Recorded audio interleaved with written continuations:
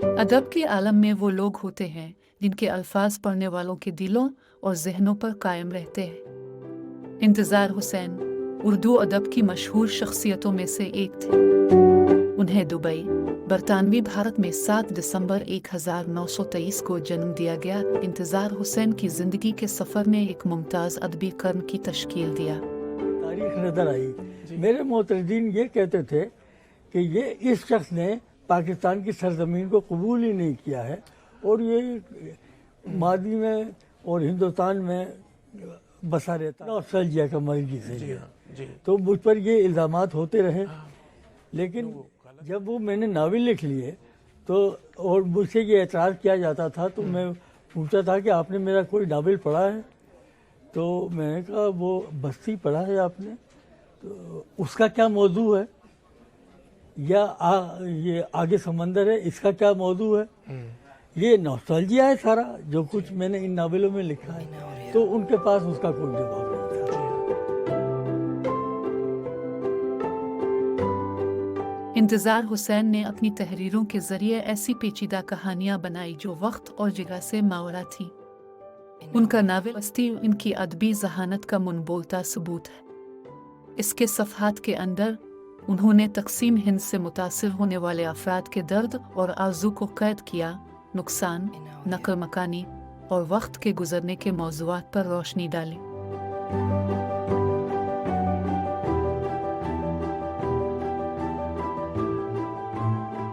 इंतज़ार हुसैन की मुनफरिद अदबी आवाज़ क़ारीन और अहल इल्म में यकसां तौर पर गूंजती थी। रवायत और जदीदियत के इम्तिज़ाज की उनकी सलाहियत और इंसानी हालात के बारे में उनकी गहरी बसीरत ने उन्हें उर्दू अदब में एक काबिल एहतराम शख्सियत बना दिया। कभी तो ये होता है कि वाकई कोई कैरेक्टर जहन में होता है, लेकिन हमेशा एक ही तरीके से कहानी नाजिल नहीं होती आप पर, मुख्तलिफ सिचुएशंस होती हैं। बाद यानी मतलब मैं इस बात का कायल हूँ कि कोई बड़ा वाक़या गुजर जाए तो कोई लाजिम नहीं है कि फौरी तौर पर आपका रद्द अमल हो और आप लिखने बैठ जाएं। तो तरक्की पसंद तहरीक का जो मुतालबा था कि आज की जो सूरत हाल है आपको उससे गरज रखनी है, तो मेरा यही था। लेकिन मेरे साथ ये वाक़या हुआ है कि एक वारदात गुजरी और फौरी तौर पर मुझ पर असर हुआ और मैंने कहानी लिखनी शुरू कर दी। मसलन इसमें एक कहानी है, वो मोरनामा, जो एटम बम का तजर्बा पहले हिंदुस्तान ने किया, उसके जवाब में पाकिस्तान ने किया। तो मुझ पर इसका बहुत असर हुआ, कालम वालम भी एक आध लिखा मैंने।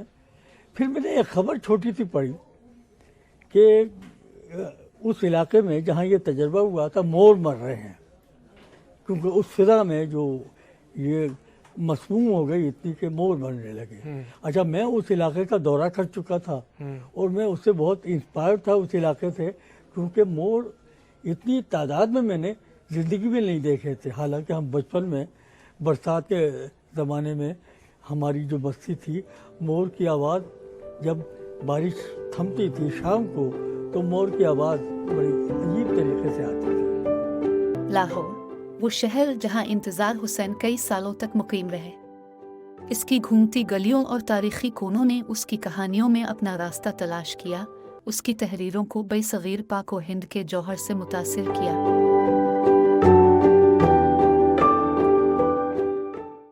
इंतज़ार हुसैन की अदबी खिदमात को बड़े पैमाने पर तस्लीम किया गया और मनाया गया। उर्दू अदब पर उनके गहरे असरात के एतराफ़ में उन्हें एजाज़ात मिले, जिनमें सितारा इम्तियाज़ पाकिस्तान के आला तरीन शहरी एजाज़ात में से एक है। आज भी इंतज़ार हुसैन के अल्फाज गूंज रहे हैं जो उनकी मीरास को आगे बढ़ा रहे हैं। उनके अदबी काम कहानी सुनाने की ताकत और ज़ुबान के पायदार असर और रसूख का सबूत है। जब हम उनकी ज़िंदगी और अदबी सफ़र पर गौर करते हैं तो हम उर्दू अदब के अदबी मंजरनामे पर उन्होंने गहरे निशान छोड़े हैं। हर दौर अदब पैदा करने के अपने नुस्खे साथ लेकर आता है।